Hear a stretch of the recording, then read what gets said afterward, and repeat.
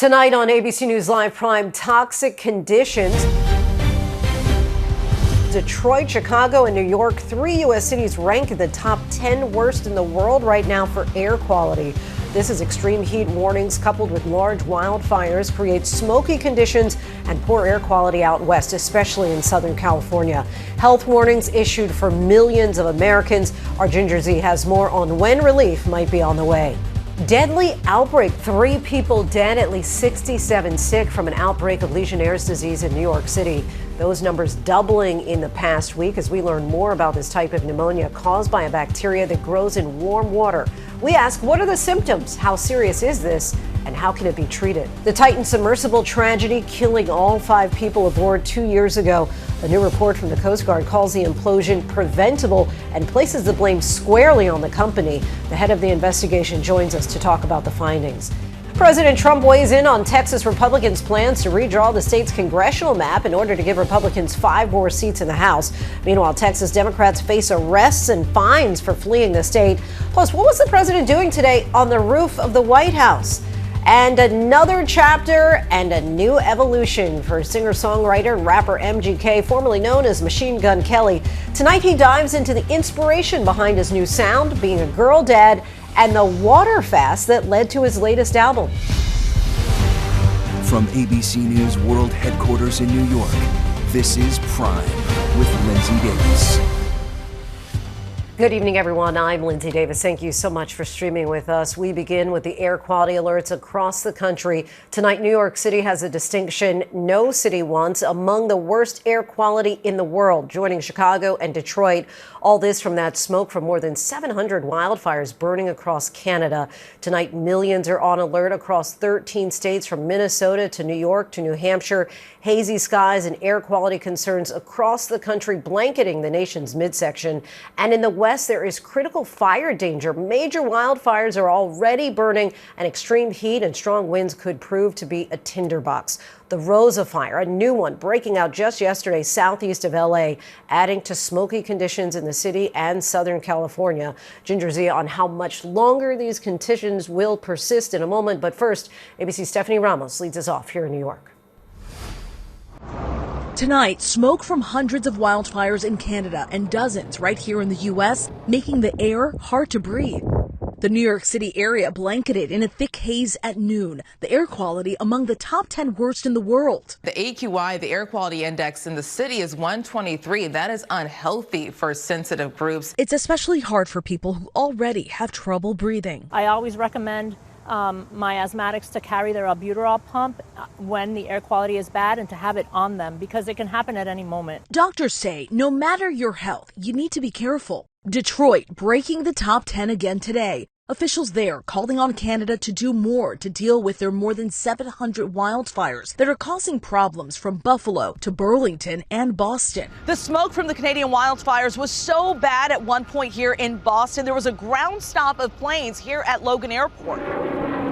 Meanwhile, the western U.S. has wildfires and air quality problems of its own. Low visibility forcing Denver's airport to slow departures and arrivals for a time. And in Riverside County, California, the Rosa fire burning southeast of Los Angeles, one of multiple raging in the Golden State. Rebecca Shaves shot this video as she escaped the Gifford fire north of Santa Barbara Saturday. That fire now more than 125 square miles. And Linsey, you can see just how hazy New York City looks behind me. We can expect at least one more day of these conditions. Linsey. Stephanie, thank you. Let's get right to Chief Meteorologist Ginger Z, who is tracking it all for us. Hi, Ginger. Hey, Linsey, we have those smoky skies right over the Hudson River again here in New York, and we'll do it again tomorrow, especially for the first half of the day. So let's go ahead and time it all out. Air quality alerts are up down to Philadelphia, up to New Hampshire, back through western New York. Cleveland's in at Fort Wayne. The entire state of Michigan, eastern Wisconsin, and the Arrowhead of Minnesota are saying this is old hat. A lot of them have been doing this for a week or more, and many other times this summer. Now, tomorrow, as I said, that easterly wind will kind of push that coastal breeze inland. That's why Boston, Rhode Island, eastern Connecticut look good. it until about 5 p.m. New York's still in it, but then we'll start to take over with the clear skies. Delaware, Maryland, Washington, D.C., Wednesday night into Thursday. That's when you're going to see some of that up to Buffalo. So the smoke is going to be with us, at least in the Northeast in part, Poconos, Catskills through the end of this week. Now, extreme heat warning is up for Phoenix, Tucson, Palm Springs, and the red flag warnings, meaning that fire danger is high in Nevada, Utah, Colorado, and Wyoming. Some of the single-digit humidities do not help when you're starting fires, or at least when they spread. And then we're checking in the Atlantic because climatologically it's the time of year where things heat up and the ocean is responding. The 50% shot of that one off the west coast of Africa of developing into our next named storm, which would be Erin, but also watching for rip currents in the southeast as that orange X there, too close to home, will go away. Either way, we've got our eyes on it, Lindsay. We know you'll be watching. All right, Ginger Z, our thanks to you as always. Next tonight, to Texas Republicans' plans to redraw the state's congressional map. Today, President Trump said Republicans are entitled to 5 more seats in the House because he, quote, won Texas. Democratic lawmakers don't agree, remaining out of the state, so the state legislature will not have enough people in attendance to vote. Here's ABC's chief White House correspondent, Mary Bruce. Tonight, as the battle over the Texas congressional map rages on, President Trump now arguing Republicans are entitled to 5 more House seats there because he won the state. I won Texas. I got the highest vote in the history of Texas, as you probably know, and we are entitled to 5 more seats. But the congressional map is not tied to presidential races. It's historically tied to the once-a-decade census. Republicans and Democrats have used redistricting to their advantage before. But tonight, well aware of Republicans' narrow margin in Congress and the midterms approaching, President Trump is now saying, quite simply, Republicans are entitled to more seats. But that can't happen without Democrats present, and dozens have fled the state. Today, Texas Republican Senator John Cornyn calling on the FBI to help bring them back and arrest them. I asked the president if he supports that idea. Do you want the federal government and the FBI to help locate and arrest these Texas Democrats who have left the state? Well, I think they've abandoned the state. Should the FBI get involved? Well, they may have to. They may have to. No, I know they want them back. Not only the Attorney General, the governor wants them back. You can't just sit it out. You have to go back. You have to fight it out. That's what elections are all about. Meantime, with Congress on break, Republicans back in their home districts facing heat. In Nebraska, Congressman Mike Flood getting an earful. Booed for his support for Trump's massive tax and spending bill. Why does it seem like when you make your voting decisions, they're based on capital rather than the working class? With all due respect, sir, the Republican Party, now more than ever, represents the heart and soul of the working class. After 90 contentious minutes, the town hall ending with chants of vote him out. Thank you very much, and have a safe drive home. And tonight, former President Obama is now weighing in on this Texas fight, posting, quote, "We can't lose focus on what matters. Right now, Republicans in Texas are trying to gerrymander district lines to unfairly win 5 seats in next year's midterm elections, saying this is a power grab that undermines our democracy." Lindsay. And Mary, we saw you there engaging with President Trump at the White House today. Not quite at the typical location, but the White House roof. Let's take a look at that. Mr. President, what are you doing up there? So what was this roof visit all about? It's a good question. Certainly something I had never seen before here at the White House. The president up on the roof above the briefing room here, seeming to check out possible future locations for additional construction here on the White House grounds. He said at one point that it has something to do with that new ballroom that he's planning to add here as well, but making it very clear that he wants to spend his own money here at the White House to help make the country better for the country, Lindsay. All right. Mary Bruce from the White House for us. Thanks so much, Mary. Thank you. And going back to that Texas redistricting plan, we're joined now by Texas state lawmaker Republican Briscoe Cain. Thank you so much for your time tonight, sir. The Texas House failed to reach quorum again today and now will not reconvene until Friday. Do you anticipate Democrats who are out of state will come back on their own free will? And if they don't, what should be the recourse? Yeah. Well, we only need 6 more Democrats, and I do expect them to come just as they have in the past. In fact, if we look at those stats, They broke quorum in 03, rather 04, and in 2021. And each time, the people of Texas sent more Republicans back to the House. And that's exactly what's going to happen this time. The president said earlier today that he and Republicans are, quote, entitled to 5 more seats. Do you agree with his wording there? Are Republicans entitled to 5 more seats? Yeah, well, the proposed redistricting maps are correcting unconstitutional gerrymandering and it ensures fair representation, just as the president has said, and so is the DOJ. The opposition to that is all about clinging to power, not protecting the voters, especially when you consider that the previous administration left open borders and our demographics have changed and the growth of Texas has changed. So we think the maps should reflect that as well. Do you think that one begets the other, that if a president wins a state, then that state immediately should get more seats in that party? Look, my concern is with the families who lost their children and their loved ones in the July 4th floods. We can't bring assistance to those communities or families since the Democrats have left. We can't reduce property taxes because they left. It's simple. Redistricting typically happens after every decade with the U.S. Census. It's something that both parties do, but it's not typically done in the middle of a decade. Why not wait until the end of the decade? Well, again, because of what the porous border and, in fact, people fleeing places that the Democrats have run off to, New York and Boston and Chicago. Those people are fleeing to Texas. Makes sense, of course, because they're tired of those blue states are coming here. Our demographics have changed, and these maps need to reflect that. But again, why not just wait until the standard time period in order to do that? I don't see anything wrong with it, and I understand other states are threatening to do so, and we invite them. As you may know, Texans generally don't care what other states are doing. You mentioned the floods. It's been 1 month since your state saw that devastating and deadly flooding.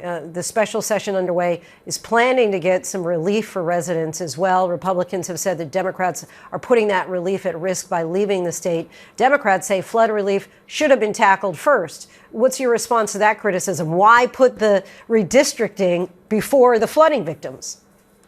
If they were here, we would already have both of those bills done. And so all they're doing is delaying it, and it's pretty sad. I think they'll suffer at the ballot box. But reminder, actually today, in fact, the governor filed a lawsuit, the Texas Supreme Court, about an hour ago, seeking to have the caucus chairman of the Democrat caucus, Gene Wu's seat declared vacant for, absconding and going on vacation out of state.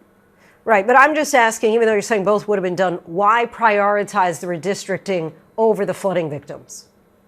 I don't see why we can't do all of the above, and I don't know why there needs to be an order. We've got 30 days and maybe coming back for another special session. Those aren't the only things, though. People want property tax relief, spending restraint. They want women to be safe in spaces without men, but right now the Democrats are preventing us from doing those things. Do you think that they should be arrested? Absolutely. I'm glad the arrest warrants have been issued. They should not just be arrested. A grand jury needs to be convened.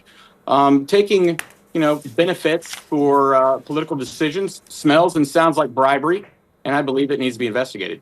Texas State Representative Briscoe Cain, we thank you so much for your time. Appreciate it. Thank you. After nearly a week on the run, the suspect in a horrific quadruple murder in Tennessee has been arrested. Austin Drummond was taken into custody a day after police released this image of him taken by a home security camera. He's accused of killing a family of 4 and then allegedly kidnapping and abandoning their baby. Trevor Ault has the latest. After an intense 6-day manhunt, tonight authorities have arrested the suspect accused of murdering a Tennessee family of 4 and kidnapping then abandoning their infant. He thought he could outrun us, but he was wrong. Investigators sharing these images of Austin Drummond dripping with sweat shortly after he was captured in the woods of Jackson this morning. He was spotted overnight staying in a vacant building. Surveillance video showing him armed with a black rifle dressed in camouflage. Authorities say the suspect knew the victims, but they're still investigating a motive. The suspect's girlfriend is the sister of a victim. And tonight in Montana, the search for a gunman in a separate shooting is still ongoing. Authorities say Michael Paul Brown was last spotted Friday fleeing the scene of Owl Bar after allegedly gunning down 4 people. He was able to escape and get up in the mountains. We are absolutely operating under the assumption that he is armed and extremely dangerous. The town of Anaconda still on edge as they grieve. Difficult times for them. Trevor Ault joins us now. And Trevor, we're also learning more about the Montana suspect's family. What can you share on that front?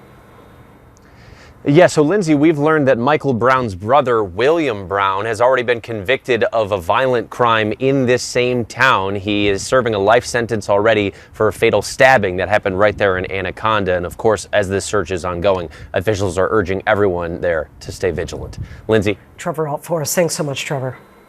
There are new details tonight of that unusual meeting between Ghislaine Maxwell and Deputy Attorney General Todd Blanche. The two spent 9 hours together during the course of 2 days. Now the administration is considering the possibility of releasing the transcript of those talks. Here's our chief investigative correspondent, Aaron Katersky. Tonight, less than 2 weeks after the unusual meeting between the country's second highest law enforcement official and Jeffrey Epstein's co-conspirator, sources tell ABC News Ghislaine Maxwell said nothing in those 2 days that would harm President Trump. Maxwell, convicted of sex trafficking, is serving a 20-year prison sentence. And during this meeting with the Justice Department, sources familiar with its contents say she told Deputy Attorney General Todd Blanche, who until recently was Trump's personal attorney, that Trump did nothing in her presence that would have caused her concern. In the week and a half since that unusual meeting, Maxwell has been moved from a federal prison in Florida to a minimum security camp for women in Texas, a rare move for a convicted sex offender. Late today, President Trump was asked if he authorized transferring Maxwell from that prison to a minimum security camp with more favorable conditions, including fewer guards and limited fencing. Todd Blanche is one of the most highly respected people you'll ever meet.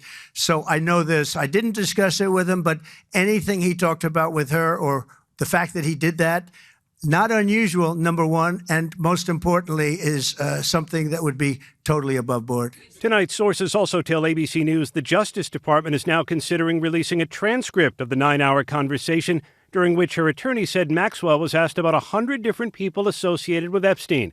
I asked Maxwell's attorney if she's simply telling the Justice Department what it wants to hear. Does she have an incentive to just tell the Deputy Attorney General what he wants to hear?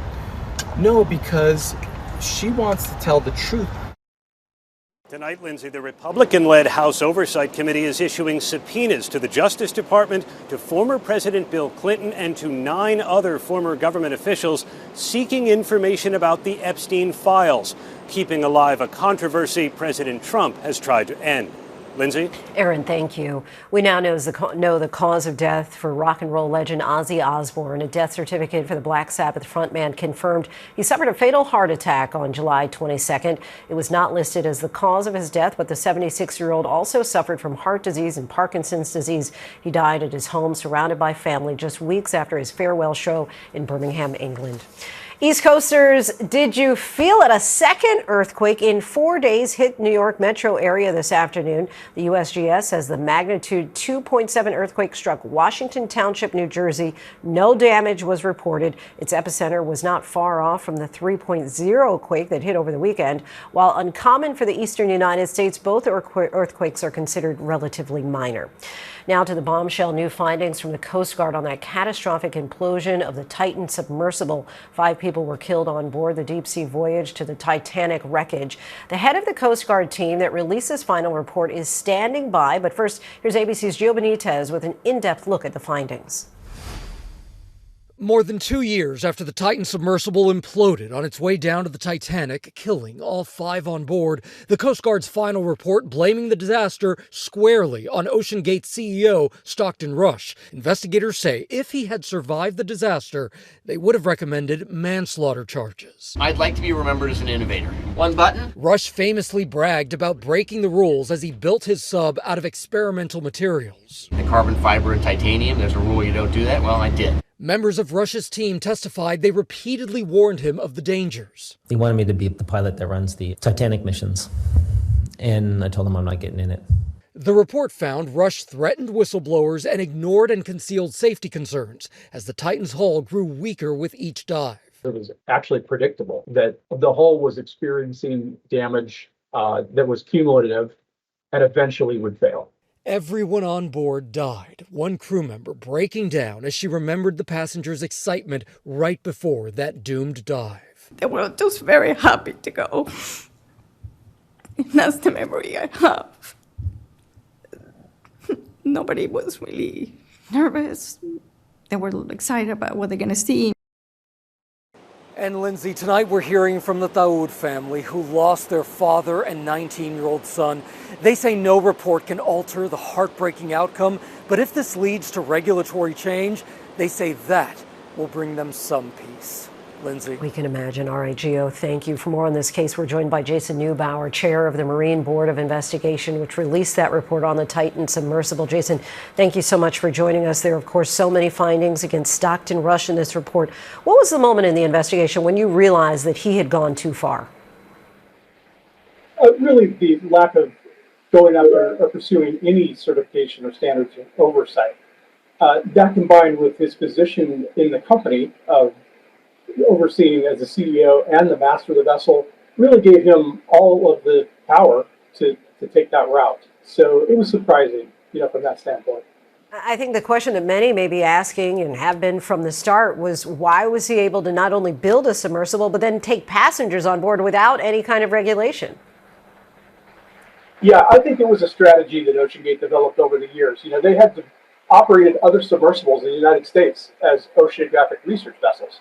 And that kind of gave them the basis to understand the framework, which needs to look from a regulatory standpoint. But, in the end, when they started doing the Titan operations, it was clear to the Marine Board that they were evading any type of regulatory oversight, including not even registering the Titan with any state or country. That's very unusual. The vessel was essentially stateless and operating in international waters. I've never seen that before over a long career in the Coast Guard doing investigations. Where does this go next as far as who will be in charge of turning your recommendations for more regulation into a reality? Right. The report now is under review by the acting commandant of the Coast Guard. He will make the final decisions on whether concurrence with the way forward and also detailing any actions that we're going to pursue. And despite this, some are still going to want to sign up to go on submersibles.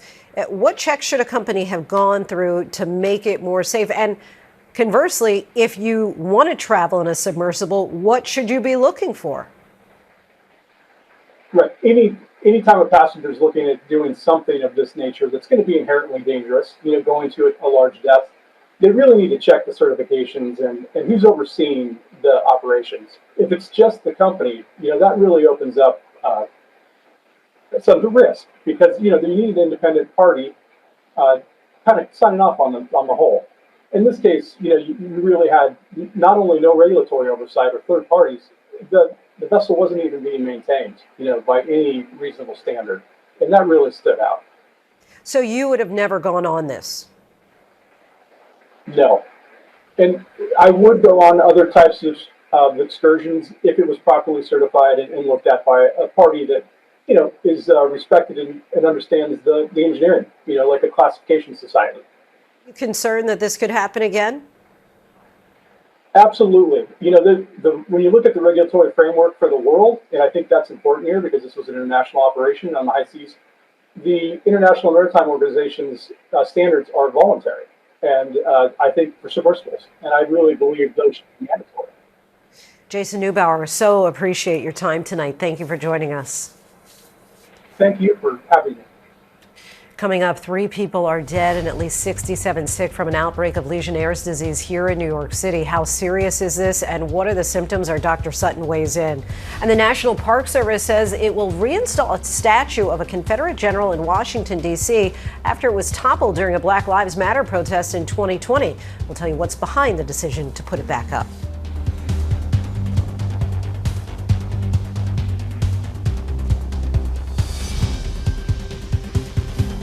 Welcome back, everyone. Legionnaires disease, it's a less common type of pneumonia with an unusual name that is sometimes deadly. And an outbreak in Harlem here in New York City has been ripping through the community since the end of July. ABC News medical correspondent Dr. Darian Sutton is standing by to answer questions on how to prevent Legionnaires from spreading. But first, it is tonight's By the Numbers. New York City's health department has identified 11 cooling towers for spreading the Legionella pneumophila bacteria. The bacteria grows in warm water and can also be spread through hot tubs, humidifiers, hot water tanks, and condensers from large air conditioning systems. At least 67 people have been diagnosed with the disease here, and at least 3 have died. Just how deadly can it be? About 1 out of every 10 people infected will die due to complications from the illness, according to the CDC. Case numbers in New York City could still rise since symptoms can develop 2 to 14 days after exposure. People in the Harlem area with flu-like symptoms are being urged to contact a healthcare provider as soon as possible, especially if they're 50 or older, smoke, or have a chronic lung condition. The disease often goes undiagnosed, yet just shy of 10,000 cases of Legionnaires was reported to the CDC during a peak in 2018. Still, annual surveillance data is usually just an estimate. Joining us now is ABC News medical correspondent Dr. Darian Sutton. Great to have you here. So let's just talk about, how does this bacteria end up, for example, in a building's water treatment facility? Yeah, well, often it's due to water treatment facilities that have not been well maintained. This type of bacteria loves to breed in stagnant and warm water. And when that water treatment cooling center essentially tries to cool or assist in cooling, that then releases aerosolized water droplets that have the bacteria contaminated, that lands in lungs and causes this pneumonia. So how does a building try to minimize the potential for this kind of bacteria? Yeah, well, in 2015, we saw an outbreak similar to this. At least 130 cases, at least 16 deaths related to this type of bacterial infection. And that led to reform, changes in terms of updating maintenance and making sure that these were well kept. The problem is that New York City is a densely populated city. There are many different water towers, and unfortunately, this bacteria is one that loves to live in them. So that's why we continue to see this risk. And right now, we're talking about managers of big buildings, apartment buildings here in New York City, for example.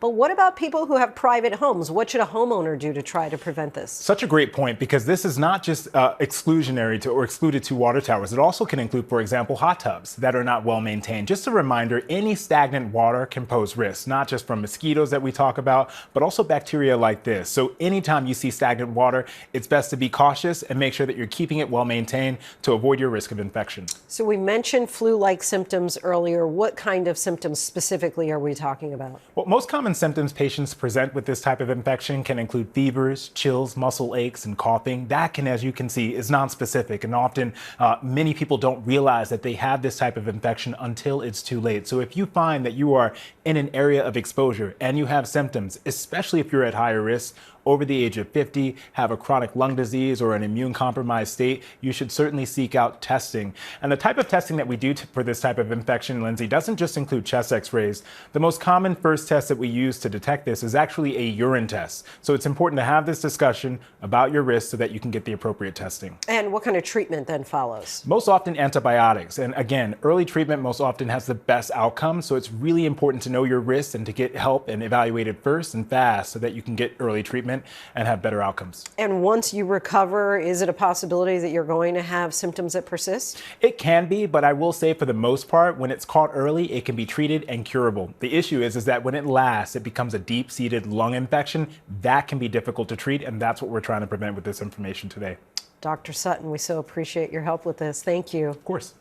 Coming up, drones could soon be flying even lower. Why the government is proposing a new rule on altitude limits. And an all-female team is taking the endurance racing world by storm. We'll introduce you to the Iron Dames.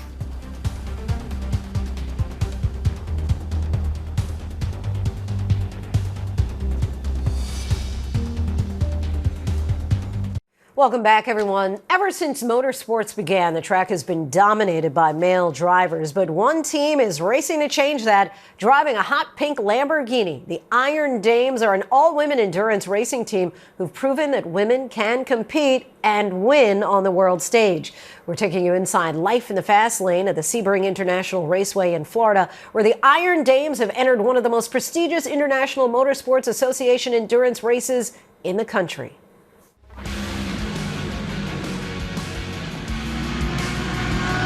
My name is Michelle Gatting. My name is Sarah Bovey. Hey everyone, I'm Ray Hull. Welcome to Sebring. I'm one of the Iron Dames driver for the Lamborghini 83.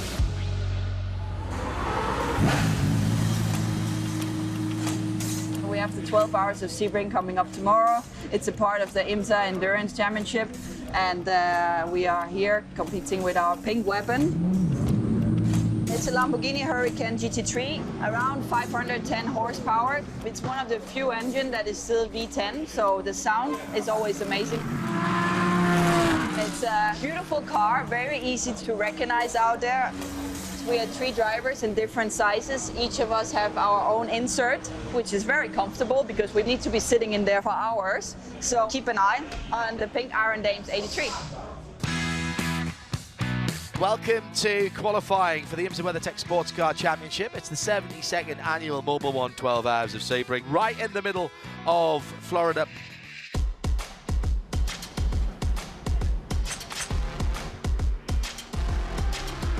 It is hot out there. You look great, Sebring.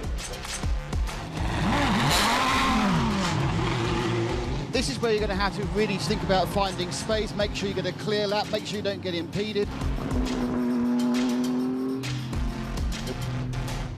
That's 34 cars with everybody putting in a meaningful lap time except the Iron Dames.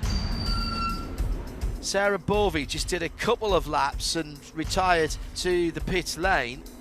It was really, really unfortunate. Immediately we had a puncture coming from a defect in the tires, and you can only leave the box once. The good thing is that from the position we are starting, we can only do better. You guys can Who starts? We've seen more and more young girls in the paddock, coming, asking for autographs and everything. We love it because our purpose is to bring more girls and women interested by the sport into the paddock. Thank you so much. It's considered like a men's sport. It was just super cool to see a pink girls, women's Lamborghini team. It was so awesome because you don't see stuff like that every day. 25 years ago, there were not projects to support, to encourage females in our sport. We want to show that if you can do it in a male-dominated sport, then really sky is the limit. I love Iron Dames. I love Iron Dames. I would never try to be the best female lineup. I want to be the best driver. In the end of the day, yeah, we're driving a pink car, we're girls, but I want to compare myself to the best drivers out there.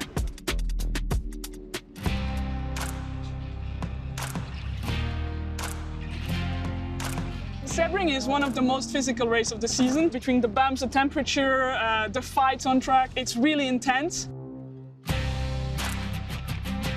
It's a race that starts early in the morning and finishes late in the evening. It's long for the drivers, it's also long for the engineers, for the mechanics, for the strategists. Sarah, Rahel and myself will be fighting out there, trying to reach the checkered flag. But we're struggling quite a bit, so we know we are facing a very, very difficult race. Driving the 83 machine, it's Rachel Frey, Michelle Kenny, and Sarah Boogie! Let's go, girls! Everybody has their own little ritual. I try to stay cool as long as possible. A few minutes before the start, there I let the tension come in.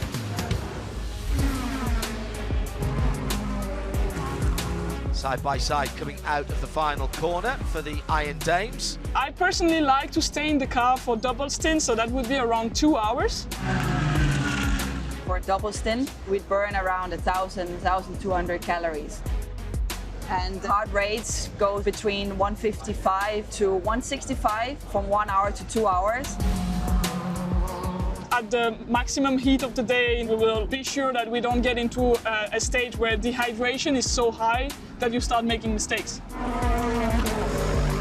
On track, we are fighting for 1 to 2 tenths a second when we are in the fight with another car. Iron Dames with a problem at turn 3. 83 comes into the pit. We can gain like 30 seconds in a pit stop if we are pitting in before it's closed, and the rest of the competition cannot. Imagine those 30 seconds, if we had to win them on track, it would be almost impossible. So it's a super important part of the race. Iron Dames back out from behind the wall, but they've been in and out of the paddock for a wee while now.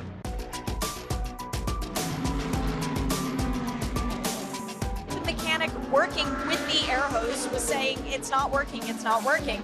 And they said, let's send her back out and see if it gets any better. Well, it didn't. the Iron Dames out. They took the car behind the wall several times to try and repair it, but at 30 laps behind, they've taken the decision to retire the car, though the weekend didn't go as planned. We know that we're not going to win, which is hard to accept as a driver, but we also know that we are 3 girls that never give up.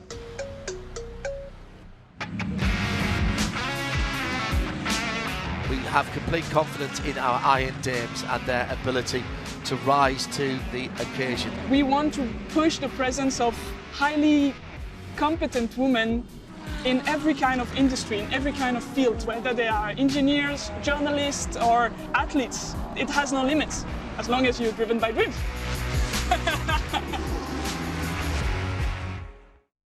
Ladies racing to the top in that pink Lamborghini. And coming up, police in Oklahoma said a dad entrusted his 12-year-old son to start his truck and turn on the air. We'll tell you how that story ended. And Machine Gun Kelly, his stage name from a past life, MGK, sits down with our Ashin Singh to talk about reinvention and rediscovery and a brand new album.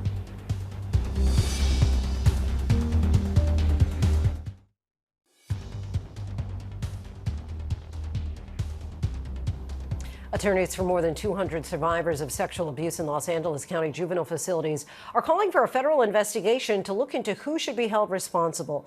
And an update to a story that we first brought you here on Prime. Thousands of lawsuits have been filed stemming from decades of alleged abuse by probation officers against teenagers at these facilities.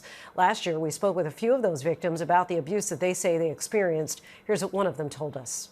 There's a saying that loosely translated in English is, who will guard the guards? And I'm wondering if you feel that anybody was.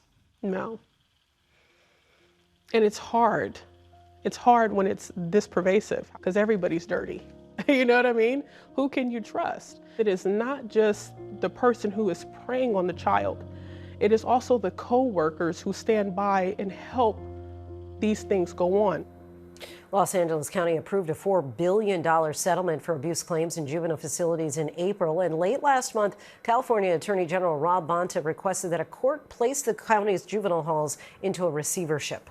The National Weather Service has received government approval to hire 450 new employees after being hit hard by cuts spurred by former presidential advisor Elon Musk's Department of Government Efficiency initiatives. The NWS will hire frontline mission-critical employees like meteorologists, hydrologists, and radar technicians. Since the second Trump administration began, roughly 600 employees left the NWS after being laid off, fired, or through retirement and buyouts.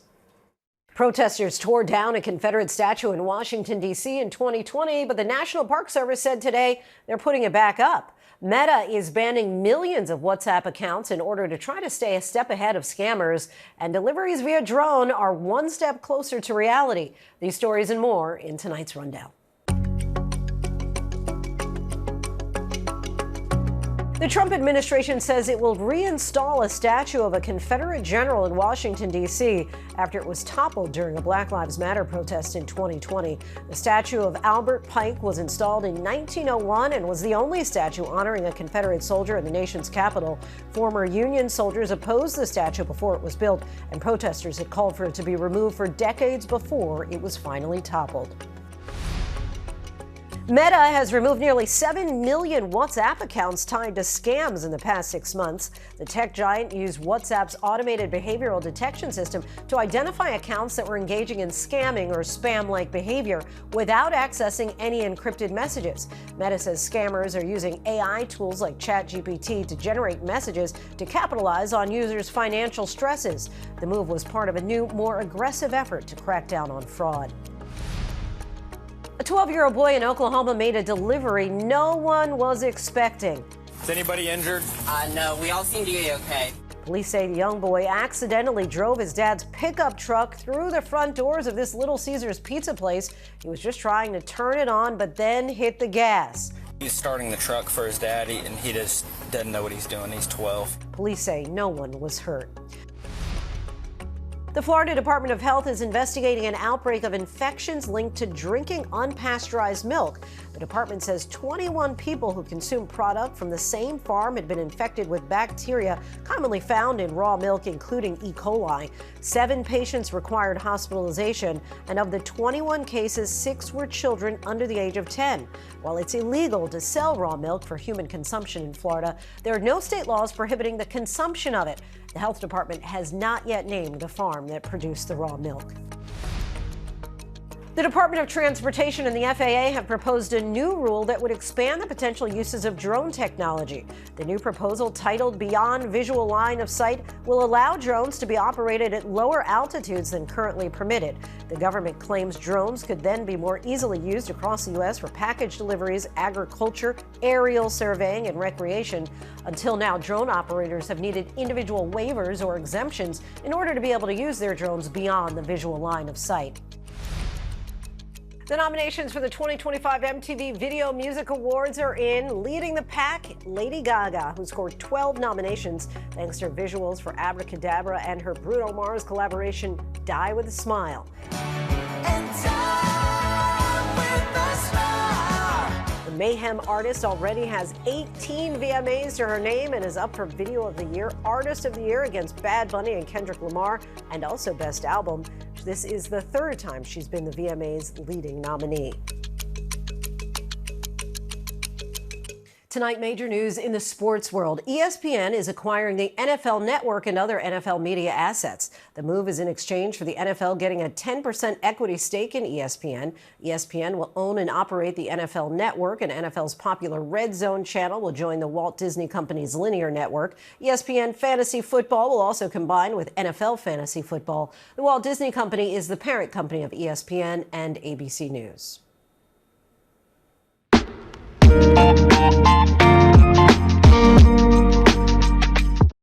Now to our segment, Prime Playlist Shuffle, where we sit down with the artists who are transforming the music industry. Singer, songwriter, actor, rapper, producer, the list goes on. MGK has made a career out of breaking boundaries and finding new ways to reinvent his sound, from rap to rock, pop to punk, sometimes blending it all together. Now, MGK, formerly known as Machine Gun Kelly, has a new album out at the end of this week, Lost Americana. Let's take a listen to one of the lead singles, Vampire Diaries. 'Cause I was born to fly, but baby, I would die to run. So take me out. There's so much I haven't seen, don't let me run inside this. Arash and Singh got a chance to sit down with MGK to talk about his new era and what it means for his fans.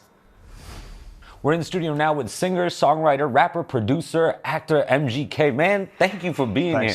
How you doing? Yeah, I'm good. Very, it's the calm before the storm for me, so I'm really excited to get this album out here. Yeah, that's right, man. It's a big week for you. You got MGK Day coming up. You got your new record, Lost Americana, coming out. Yeah. Tell me a little bit about this record and the sound, because, I mean, even listening to the trailer, it's sort of about reinventing this idea of the American dream. You keep pushing your sound forward. Tell me a little bit about this record. It represents exploration to me, which I think is something that was cool about, the country that we're in. So I was less focused on less focused on genre, even though I know that is a conversation that encompasses my ethos, as MGK. But it was more like, hey, I'm gonna do what I enjoy, but I'm gonna do it to a level that is that has more depth. Exploring these genres, is that sort of a conscious decision? Like, I want to explore this sound next, or is it just kind of this constant progression of your artistry? Well, dude, my heart's always open, and I just gravitate towards what I love. I understand that you actually came up with this record after doing a 4-day water fast? Yeah. How did that come to be, and what did you actually learn from doing something like that, testing your body in that way, and how did it translate into the music?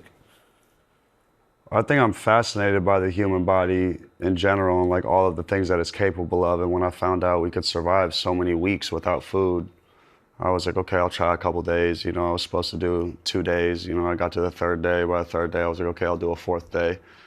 And dude, by that 4th day, my body, all my channels, everything was just so open and it was so clear. And I came right out of that, and immediately, all of the song ideas started just receiving these gifts, started receiving these gifts from the Universal Library up there. Obviously, you're a pops. It's such a huge part of your life being a dad. Congratulations on number 2, by the way. I gotta know, first of all, what's it like doubling down on being a girl dad? And what does your oldest think of your dance moves? Did she know you can move like that? I told my daughter I was gonna dance in cliche, and she was like, "Ooh, Dad, if you embarrass me, bro, I'll never forgive you." So I think I held it down. As far as being a girl dad of 2, that was always kind of my dream. You know, selfishly, I feel like, well, one, my softness and my emotional availability is much more attuned to a feminine energy. I think I just always kind of have been able to offer like a masculine comfort in that way, and always been able to empathize with, maybe just because I'm so close with my oldest, you know, like that was, and she was the one who really broke me open, and as far as my softness goes. Your newest single, Don't Wait, Run Fast, was just announced as the anthem for the ESPN college football season. Man, first of all, congratulations. Yeah, that was cool. Yeah, what's that like for you? Well, it was cool because I wrote that song after I left the Chiefs losing party that I had to perform in. You performed at that? Yeah, at the Super Bowl. What's it like actually performing for the losing Super Bowl crowd? Just let me be the only one that can say I've done it. Don't ever sign yourself up for that. Wait to sign the paper until you find out, until third quarter or something, until it looks like it's going one way or the other. It doesn't matter. Travis, Mahomes, the Chiefs in general, like I just rock with them. So it was a pleasure, obviously, and I felt honored to be asked to perform it. But it was funny in the suite. I was in Travis's suite, and at the beginning of it, you know, Taylor was like, "Hell yeah, we're gonna come watch you perform. Like, it's gonna be crazy tonight." And I was internally, I was stoked. I was like, "Oh, what a legendary night this is gonna be." By the third quarter, dude, I was looking at that score. I went up to Taylor. I was like, "Y'all aren't coming tonight, huh?" She was like, "I don't think so, man.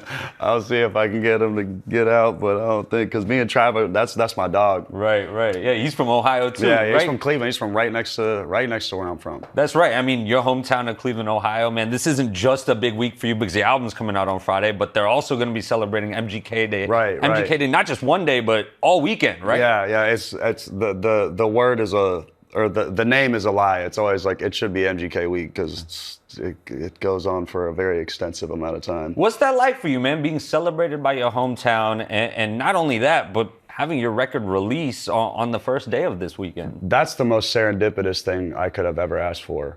That is wild to have it all fall in line like that. It's the biggest release party I could ever ask for. Yeah, just experience some culture right before school goes back in, and we always shine light on our vendors. We give a lot of money back to the schools, and I don't know. I just kind of use my influence for throwing a good party. MGK, congrats on the album, man. Thank you so much for joining us. You can stream his new record, Lost Americana, when it drops on August 8th. Our thanks to Asha and MGK for that conversation. That is our show for this hour. I'm Linsey Davis. Be sure to stay tuned to ABC News Live for more context and analysis of the day's top stories. Thank you so much for streaming with us.